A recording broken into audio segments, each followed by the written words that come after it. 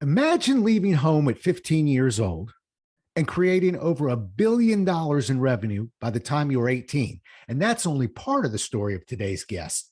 Let's have ourselves a pocket sized pep talk. Meet this man and hear his story. A Pocket Sized Pep Talk, the podcast that can help energize your business and your life with a quick, inspiring message. Now, here's your host, Rob Jollis. Shaahin Cheyene is a serial entrepreneur who went against conventional wisdom and decided to focus on building a product and company that lived outside of conventional wisdom and used tried and tested systems to create products that have disrupted entire industries.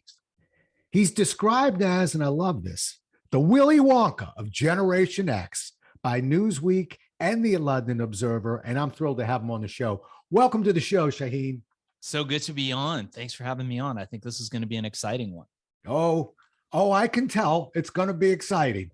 No, we don't have to worry about that. I want to come right out of the gate, though. 15 years old. What makes a 15-year-old kid so ambitious to, take the trajectory that you've taken? Yeah. So my family migrated from Iran. We were immigrants. We were refugees coming to the United States, Jewish Iranian family moving to the United States, quickly realizing whereas in Iran, we were middle class. In the United States, we were not only second and third class citizens, but we were now poor. And my folks had to work odd jobs. I didn't speak a word of English. I fully believed that the reason why you went to school was to get your ass kicked. And so every single day I would go there and get my regular serving of ass kicking. And I quickly realized that the neighborhood that my folks had moved into and luckily purchased a home there was being gentrified and up and coming. Now, I noticed all this wealth around me, all this success around me, but there was no path for me to get there. And like any good Persian Jewish immigrant family, I went to my folks and I said, hey, see that guy in the Porsche? They're like, yeah. See that beautiful girl he's got? Uh-huh. See that fancy watch and the fancy house he's got? Uh-huh. How do I get that? And of course they laughed and then they thought about it and they go, oh shit, this kid's serious. And they said, Luke, son, you have to be a doctor. Doctor is the only way to success. And I looked at that as an option. Wasn't going to be for me all those years of schooling. So I bailed and I left home with a grade school education and went out into the world to seek my fame and fortune. I left my family behind. I left all my friends behind. There was really nothing but a backpack, no money. And I basically slept where I could lay my head and eat when I could find food until I got involved in the electronic music scene, the rave scene that was going on at that time. And quickly realized that if I wanted to break out of my situation, I'd have to either sell a product or a service. And so I invented an alternative to the biggest party drug of that time called ecstasy. Yeah, I want to go into that. I've been looking at you online and I wanted to get into that. So stay there. First of all, I just have to react. You got quite a story there. I have to just react to what I've just heard. It's impressive to me because I meet people who are successful, but I got to tell you, it takes me, I can sit and have a meal with someone, know nothing of their background. And before the meal hits the table, I can tell who they are. I can tell whether they came up as a first-class citizen and had things handed to them. And I can tell if somebody left, I don't know about age 15, that's a new one on me, but I can tell when somebody's worked with their own two hands and their mind. And I just have to tell you that it's an impressive story and it's an inspirational story. Now, yes, I did hear about this herbal ecstasy. Is that it? Yeah. All right. Walk me through that a little bit. So, all right, now we're out, we're moving, and then this goes. Yeah. So I'm 15. I'm in the club scene. I noticed that the only people making money are the drug dealers. Think to myself, well, that's great. Let me do that. That's quick money. They got the cars, the houses, the girls. That's everything I want. Let's do that. Or the parents were thrilled. Yes. Well, I wasn't speaking to my parents. Remember, I was out on my own. Okay. I was a system of one, sleeping in the back seat of a Lincoln Continental with the suicide doors, great car, sleeping in abandoned buildings, wherever I could lay my head. I had no friends, no money. And so I looked around and I was like, yeah, let me do that. And then I reflected back on my adolescence and my first endeavor in the business of crime, realizing that I was very good as a youth doing crime, terrible at not getting caught. So in effect, that meant I was really fucking bad at crime. And I remember thinking to myself, dude, like, don't go into crime. Like, just anything you do, don't go into crime. And I remember being there at that position where I'm like, I could sell this stuff. And then being whacked in the head by my own thought of like, man, it's just going to land you in jail. So I decided to come up with a legal version, a natural version of ecstasy that was all natural ingredients. And I don't know how I did it. I got myself a girlfriend at the time. I had nowhere to live, no money. I'm not sure she knew that. Her dad was some like stuffy superintendent of some school district accounting, something, very stuffy guy. She managed to sneak me in through the back door as he went out through the front door to work. And I would cook up prototypes in her kitchen all day, every day, until I came up with a formula that succeeded, a formula that felt like ecstasy. And we tried it out on all the teenagers in the neighborhood and everybody loved it. And then I went out to the clubs. And I saw this untapped distribution circuit. Now, this was what was going on. And this is an interesting part of the story because I really believe in life, you have to create your own luck. And this is a perfect example when people look at me and they're like, oh man, you got the cars, the planes, the boats, you've done it all. And you got lucky. And I go, yeah, I got real lucky. You didn't see the nights that I was sleeping in the backseat of a Lincoln Continental. You didn't see me sleeping in abandoned buildings. You didn't see me eating one meal every 2 days. You only see the place I'm at now.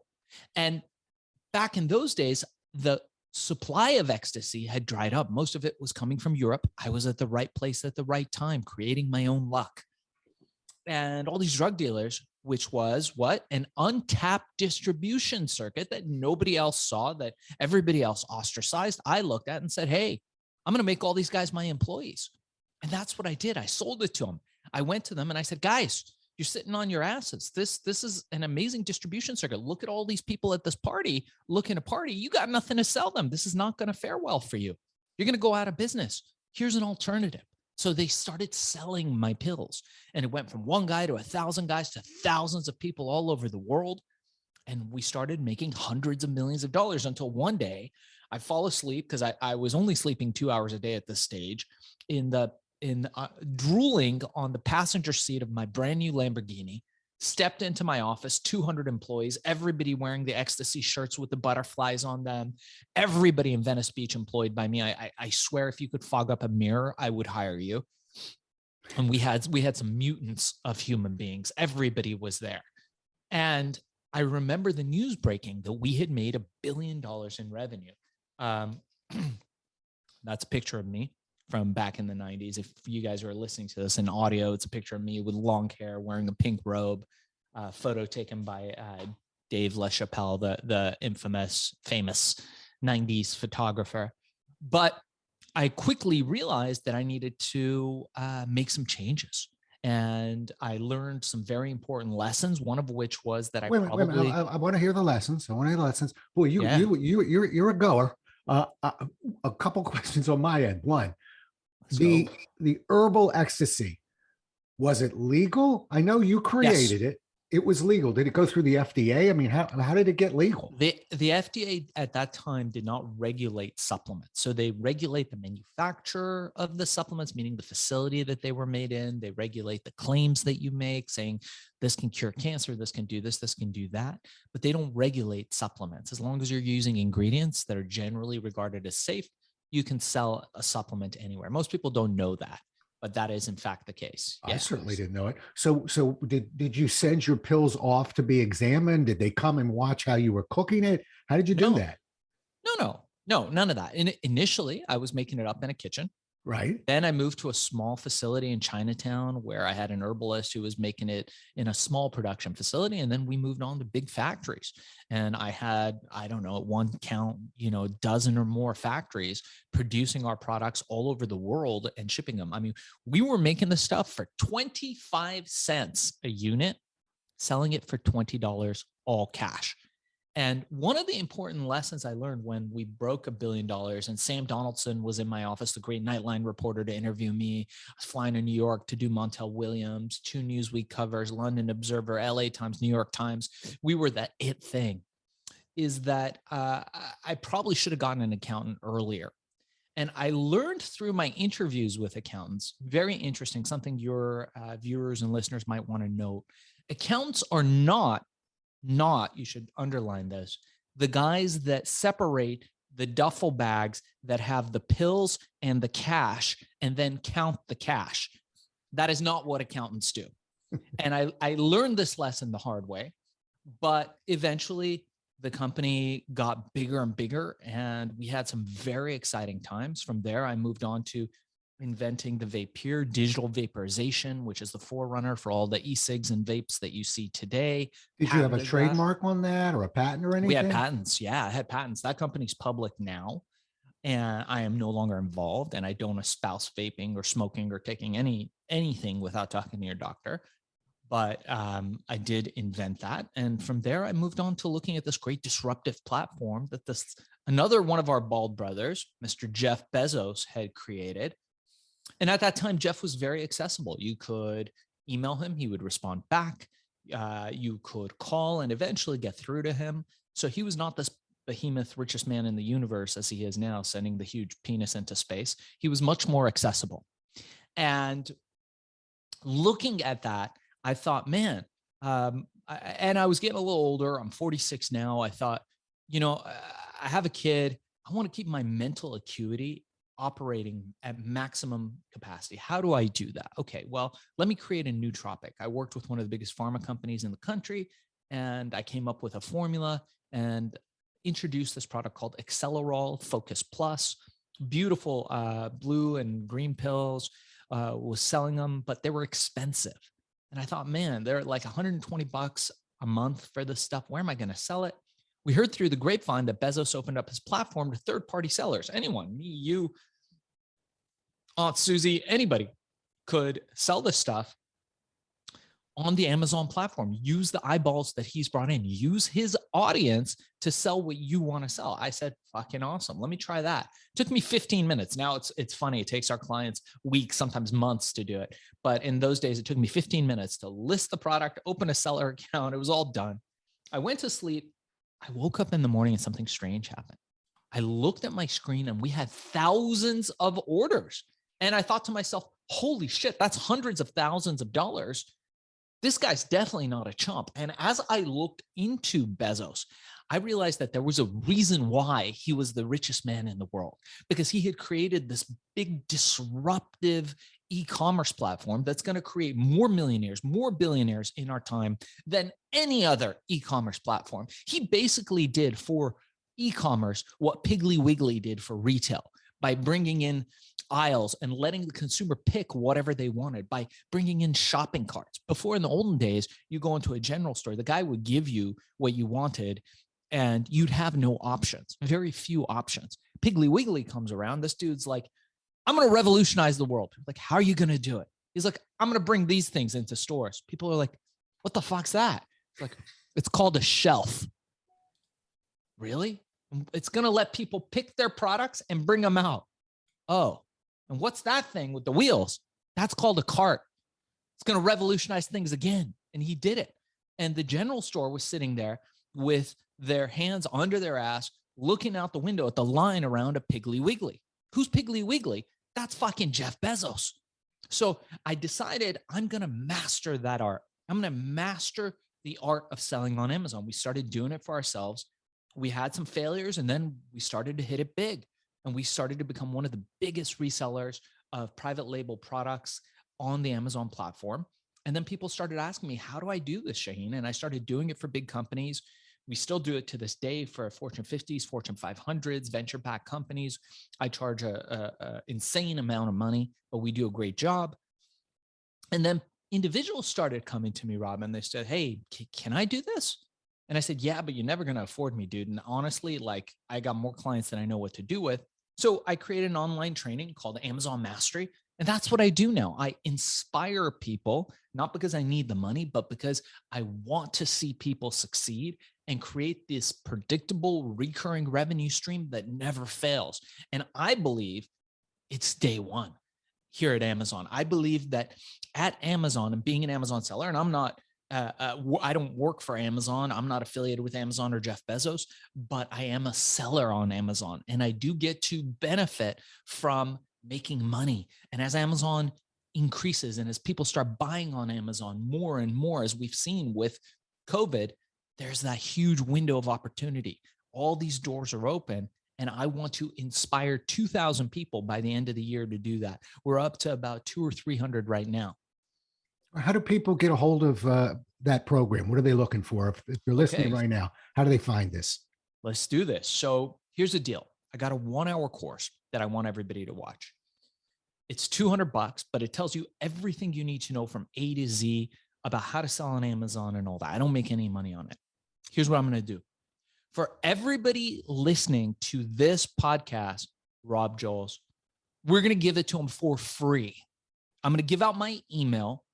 Reach out to me directly, and I will give it to you for free. Just mention Pocket in the subject heading.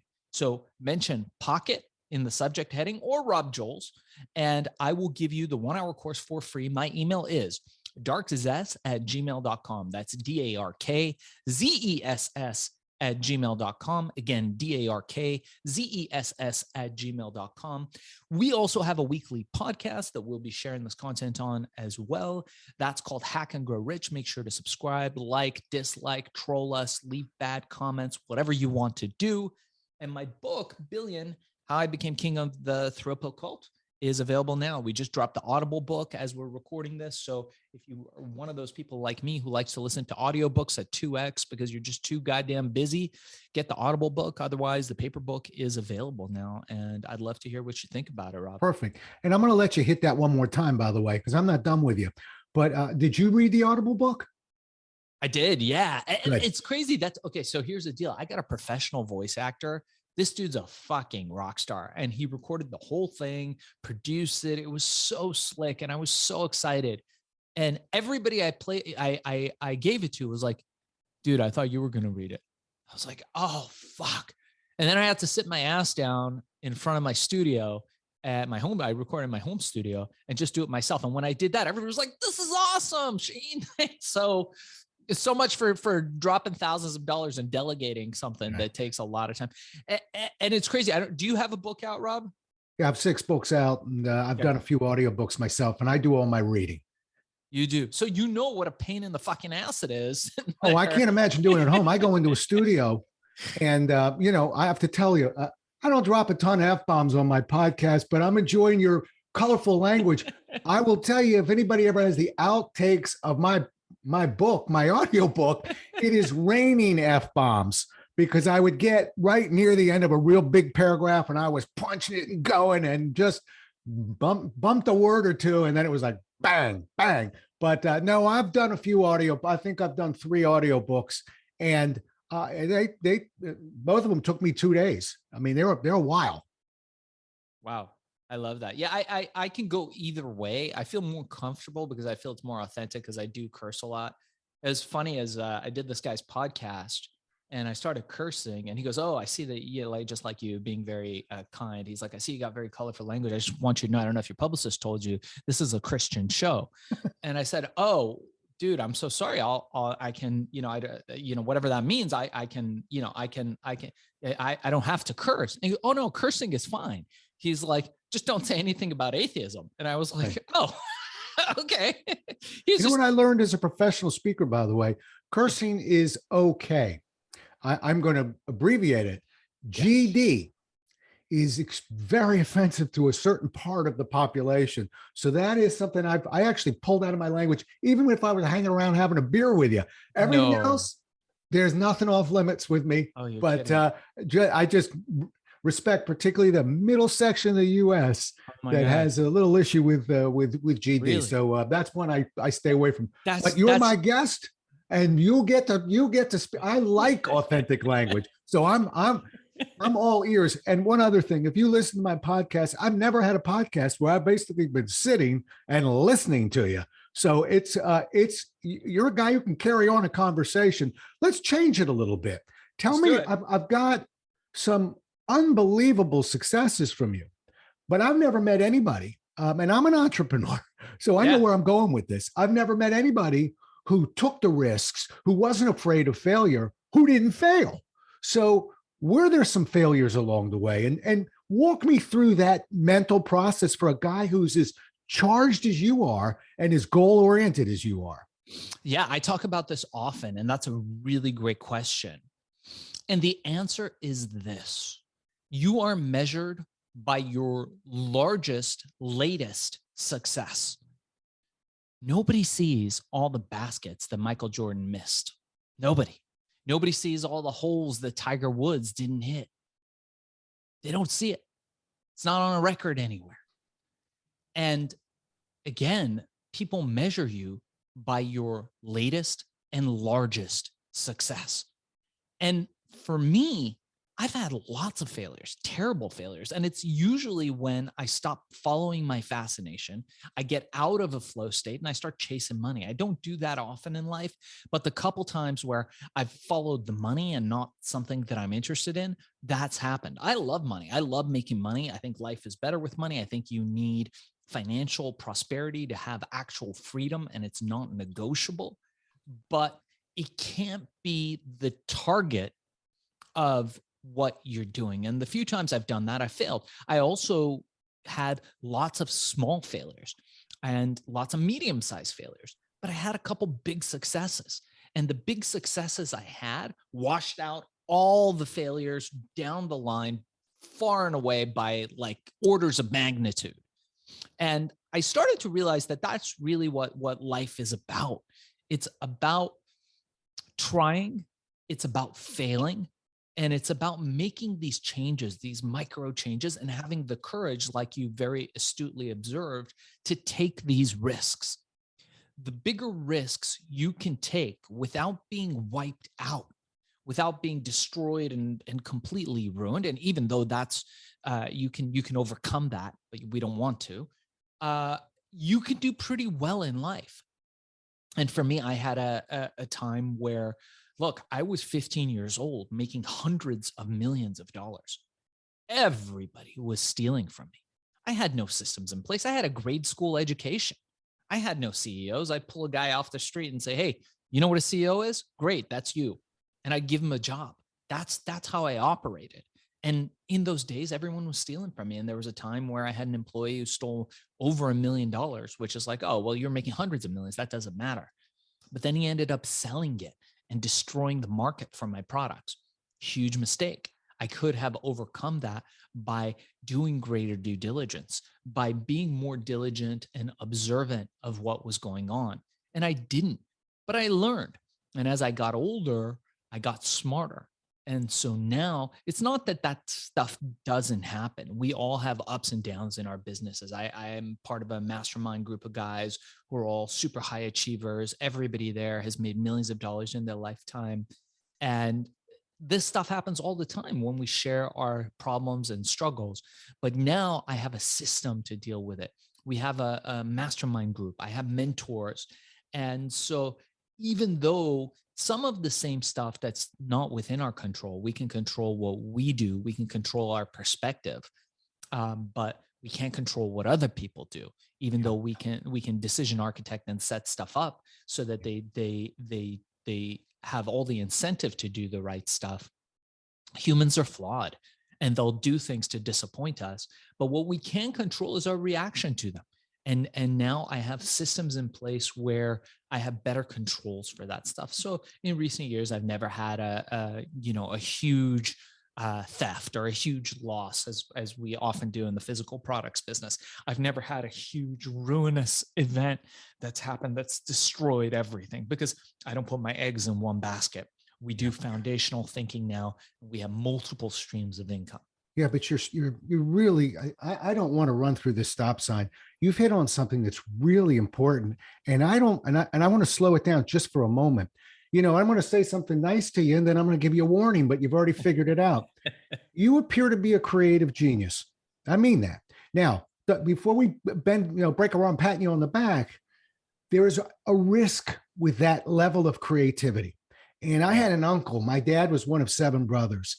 The youngest brother was truly a creative genius and a very troubled soul. But he actually, in 1972, had a deal with the NFL to sell NFL merchandise outside of the stadium. Now we laugh at that. Imagine if you had ownership of NFL and you were the sole owner of NFL merchandise, where that would be right now. You'd almost be in Bezos land. Okay. Point being, what happens to creative geniuses frequently is they build it, it works, they lose interest, they get a little bored, and they go for that other shiny penny in the corner. Meanwhile, same story that you told almost, one of the employees began to embezzle. Things began to erode because this creative genius, this wonderful man, lost sight of it, was bored with it, wanted to build something else. So, but when you talk about your mastermind groups and things like that, you have implemented a repeatable, predictable process to keep you from running that risk that creative geniuses run. And I applaud you for it. And believe me, I heard your story. Rarely do you read that out of a book. You get punched in the nose once or twice, and then you say, all right, either I'm going to be a victim and blame this on everyone else, or I need a process in place. You, sir, did that. And that's the impressive part of your story to me. Appreciate it. It's true. Did you ever see a movie called Defending Your Life? Oh, Write it down. It's from like the 90s. It's Meryl Streep. It's a guy named Albert Brooks, but it's his vision. It's a kind of a comedy, a romantic comedy. Lovely story. And it's a man who very quickly he dies. But in this version, you go to a place that looks like Disneyland and you actually defend your life. You have a prosecutor and a defender, and they're looking for one set of criteria to determine whether you move on in the universe or you go back and do it again. Right there, you can imagine that gaping question. So what's the criteria? What's this all about? And this writer's version was fear, overcoming fear. Did you let fear hold you back in life? Or can you show me places where you thumbed your nose at fear a little bit and said, I'm going anyway? And if you look at it, forget the movie. What are the things that you and I remember the most, appreciate the most, talk about with such pride? It's when we overcame that fear. You did it at 15, my friend, and started your journey. But when you did that, that's when we're living. And you're a testimonial to that. But check out that movie. It's fun. You can watch it with your kids, your wife. Easy, but really interesting movie and one to make you smile. Okay, we'll do that. I love feel-good films. All right, let's come down the home stretch. Do you think there's still hope for a story like yours, for a rags to riches story? I have a feeling I know where you're going, but I just need people to hear this. Are we done? Is there only one Bezos in the world? Is there only one Cheyenne in the world? Or can we do this? I don't think everyone can do it. I think, I talk about this often, how when they ask successful people, this is from Scott Adams. He wrote a book called Win Bigly, another one, How to Fail at Almost Everything and Still Win Big or Succeed. The author of the Dilbert comics, brilliant guy. When you ask somebody who's like super successful, they ask them like Elon or Jeff or someone like Steve Jobs. They say, "Hey, how'd you do it?" And they look at the person asking and they say, I'm just very passionate about this stuff. And so people go, "Oh, okay, cool. That's very accessible to me. I can be passionate. Yeah, that's right. Cool." It's fucking bullshit. What they're not telling you is, hey, I'm smarter than you. I'm willing to work harder than you. I got more grit than you. I'm more ruthless than you. I'm willing to do whatever it takes to get to where I'm at, whatever. If I don't sleep, if I don't eat, it doesn't matter. And it's not right to say that, because people will feel that you feel that they are beneath you. And then they'll find reasons to hate you, which is one of the reasons why people hate all these millionaires and billionaires. And you see people hating on these people. It's because of that. It's because they intuitively sense, fuck, this guy's smart. Like, look at Elon Musk. He's like digging holes to the center of the earth, sending rocket ships into space. He's running several successful companies. He's like an intellectual. He's Tony Stark. It's like, how do you ever compete with that? So the answer is this, that we can all become the best versions of who we are. But in my opinion, you have to overcome yourself. You have to overcome your self-limiting beliefs, but you have to overcome the things you believe are true that are not.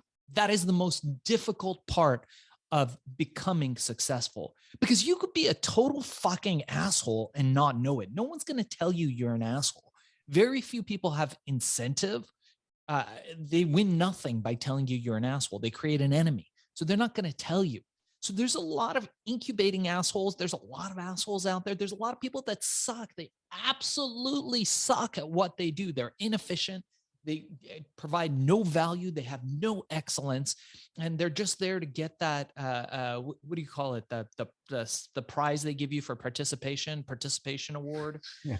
Whatever it is. That's yeah. what their purpose is. Now, so you're like, all right, Shaahin. So what happens if I can realize if I suck at something or if I'm an asshole? Well, from there, we got somewhere to go. From there, we can look at your weaknesses and turn them into strengths. And maybe we can't. Maybe you will always suck at that thing. But at least then we can find somebody who doesn't. Not everybody sucks at it. Right. Personally, I am incredibly good, very focused, hyper diligent at maybe one or two things. And everything else, I am just below chimpanzee competency at. Horrible, absolutely horrible at anything that involves physical fixing with your hands, things around the house, incompetent. But I get it done because I know how to hire people. I know how to influence people, and I find the best people and I pay them and they do that for me. And it's great. You only need 1, 2, maybe 3 total skill sets in life to succeed hugely. And to your question, yeah, those people are born every day. The people who know how to harness that power, the power of delegation, the power of influence, the power of sales, which is really what it is, which has become a 4-letter word in our culture, especially with the millennials who are afraid of communicating with anybody face to face. But that happens every day. But like you said, and again, to your point, you got to overcome the fear. You got to overcome the fear of who you are and become who you could be. It's beautiful. You know, in training terms, we refer to it as conscious incompetency, meaning you're aware of what you can't do. And the scary part is when you're unconsciously incompetent, which means I don't even know that I don't know. That's where we run into trouble. And that's why, you know, surround yourself with good people. As an entrepreneur, way back when we started, you threw out the accountant story, and I smiled because I tell people when they ask me, and I speak at some of the business schools and things, who's the most important person in your business? I think my accountant. I learned that the first year or two in business when I was getting fined left and right because I had a bargain accountant. I found myself a good deal on accountant. Don't look for a good deal, look for a good mind. But anyway, I think you're so self-actualized that what you basically demonstrated was, I know where I'm consciously competent. In other words, I know what I know and I know what I don't know, and I keep the two apart. And that's brilliant. And unfortunately, if we're unconsciously incompetent, that's where those that surround us come in. We got to listen to those that are around us because they'll know, they'll tell you. All right. Let's, I could go on with you, but let's wrap up. Let's hit that again. Tell me about the course. Tell me about how to get a hold of you. Let's do it one more time. Yeah. So the course, the free course, which will be free for anybody listening, use the code Pocket Size or Rob Joels. Just put that in the subject. Is it pocket size or pocket? Pocket. We can do pocket. Okay. Yeah, that's fine. Or Rob Joels. Either way, you guys, we'll get you. Okay. I respond to all emails directly, by the way. So if you guys email me, I will respond to you. Might take me a minute, but I will. My email is darkzess@gmail.com. That's DARKZESS@gmail.com. You can check out more information on the course at FBAsellercourse.com. That's fulfillment by Amazon sellercourse.com. And if you want to check out the podcast, it's Hack and Grow Rich, wherever podcasts are found, and also on YouTube. And the book is called Billion, How I Became King of the Thrill Pill Cult. And that's available wherever books are found. Looks good. And we're going to go off the air in a second, but we're going to talk about that book because I think you got another book in you and I want to hear about that one. But anyway, listen, wonderful having you on as a guest. You did not disappoint. And I have to tell you, I had very high expectations of you because I saw a couple of your podcasts. So, folks, after you get done listening to this one, go listen to that podcast you just talked about because from what I could tell, I haven't seen the other gear yet. He's only got one gear and it's intense. So anyway, thank you for being on the show. We'll do it again as well as we can next time. Until then, everybody, stay safe. Thanks so much for listening. If you enjoyed today's show, please rate and recommend it on iTunes, Outcast, or wherever you get your podcasts. You can also get more information on this show and Rob at jollis.com.